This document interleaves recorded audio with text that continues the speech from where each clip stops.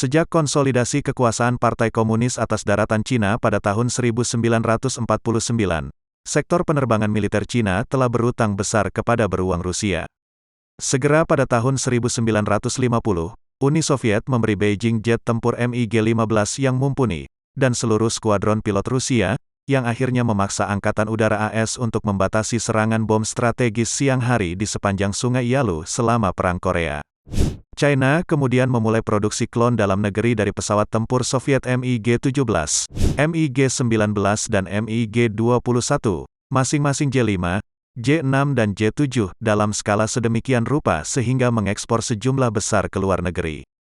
Setelah runtuhnya Soviet pada tahun 1991, Rusia menjual jet Su-27 dan Su-30 flanker generasi keempat ke China, sebuah pesawat tempur bermesin ganda yang kuat yang dikenal dengan karakteristik penerbangannya yang supermanuver.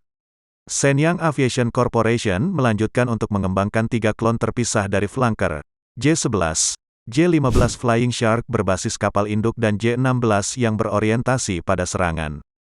Namun, menurut sebuah penelitian yang diterbitkan oleh Royal United Service Institute, lembaga pemikir militer tertua di dunia, siswa magang mungkin telah melampaui master. Yang pasti, China masih mengimpor mesin turbofan dari Rusia karena sedang berjuang untuk menyempurnakan alternatif domestik seperti WS-10B dan akhirnya WS-15 yang bertenaga. Namun, para pejuang China terbaru semakin menggabungkan senjata dan avionik yang lebih mampu daripada rekan-rekan Rusia mereka. Itu tidak berarti bahwa militer China memiliki semua keuntungan. Yang paling menonjol, penerbangan militer Rusia memiliki pengalaman tempur yang jauh lebih banyak, dengan sebagian besar awak pesawat tempur dan pengebomnya dirotasi ke tur tempur dalam Perang Saudara Suriah. Militer China baru mulai dalam dekade terakhir untuk menerapkan pelatihan tempur bersama yang lebih realistis dengan cabang militer lainnya.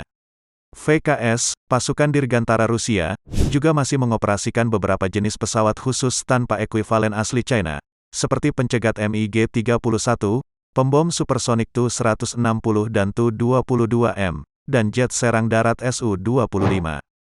Rusia juga jauh lebih sukses mengekspor jet tempur generasi keempat daripada China.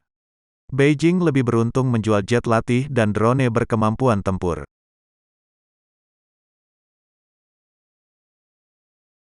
Salah satu trik penghematan berat utama dalam desain pesawat modern adalah mengganti komponen logam dengan material komposit ringan. Pengurangan berat badan tersebut diterjemahkan menjadi peningkatan besar dalam kelincahan dan jangkauan. Penggunaan komposit yang ekstensif bisa mahal dan menuntut teknologi. Brong menulis bahwa China, bagaimanapun, telah memimpin dalam menggabungkan komposit di pesawat tempur J-11B, J-11D dan J-16, semuanya berasal dari jet flanker Rusia. Hasil akhirnya adalah jet yang menggabungkan sistem tambahan dibandingkan dengan yang asli Rusia, namun tetap mencapai rasio dorong berat yang unggul.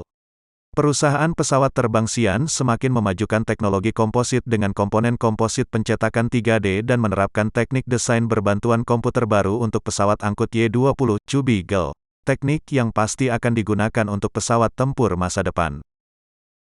Radar arai yang dipindai secara elektronik aktif kemampuan untuk menemukan musuh dan bermanuver ke posisi yang menguntungkan, sementara menyangkal keunggulan yang sama dari musuh secara historis telah membuktikan keunggulan paling menentukan yang dapat dimiliki seorang pilot dalam pertempuran udara ke udara.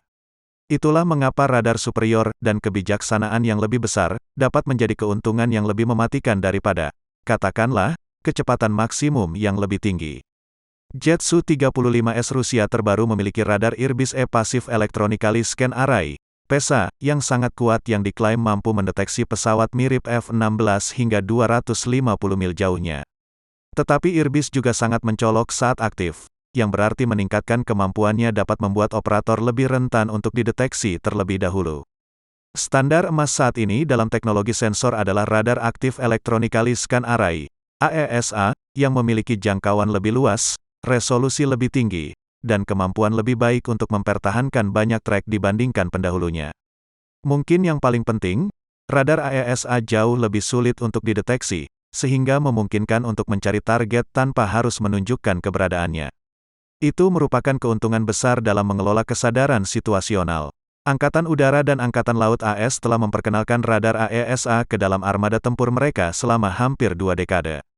Rusia mengklaim akhirnya menerjunkan radar AESA untuk pesawat tempur siluman Su-57 dan MiG-35, tetapi beberapa MiG-35 yang dikirim tidak memiliki radar AESA, dan kematangan radar pada beberapa Su-57 masih belum jelas.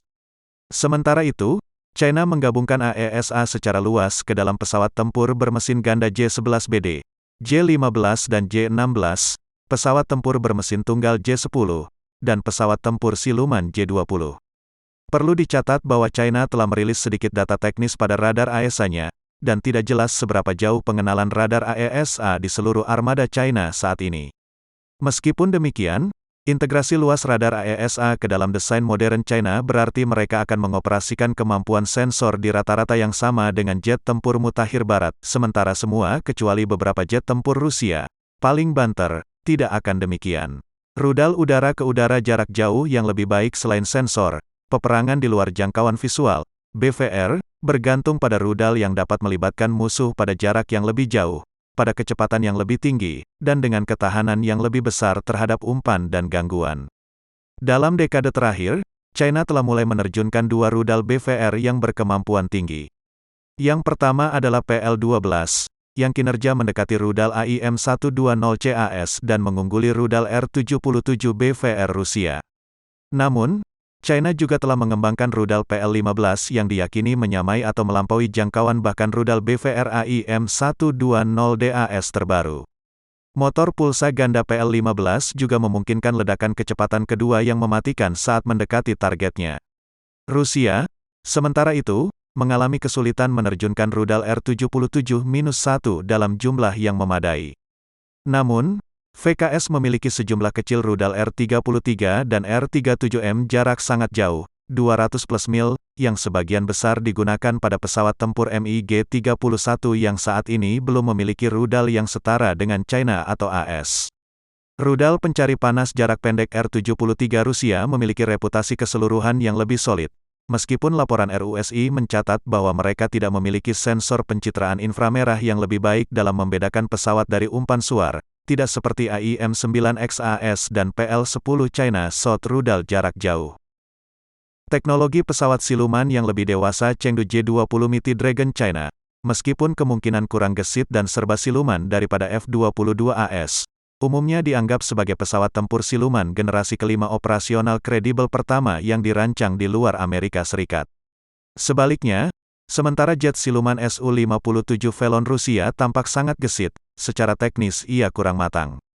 Misalnya, model produksi pertama Su-57 jatuh hanya beberapa hari sebelum secara resmi ditetapkan untuk memasuki dinas militer Rusia karena cacat pada sistem kontrol penerbangan.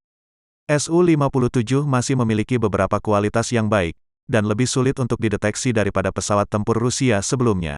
Tetapi laporan tersebut menekankan bahwa itu bukan pesaing langsung dengan F-22AS, atau J-20 China, karena superioritas udara sangat rendah. Mesin, Beijing telah menghabiskan lebih banyak uang untuk mengembangkan, memperbaiki, dan membeli J-20. Selama bertahun-tahun, foto-foto mengungkapkan J-20 telah melalui banyak iterasi dengan mesin yang ditingkatkan dan teknologi siluman. Shenyang Aircraft Corporation juga secara independen mengembangkan pesawat tempur siluman lain yang disebut FC-31 atau J-31G Falcon dengan beberapa kemiripan dengan F-35AS. Tidak jelas apakah militer China akan memperkenalkan J-31 ke dalam layanan. Meskipun dikabarkan itu mungkin disesuaikan untuk layanan pada armada kapal induk China yang sedang berkembang.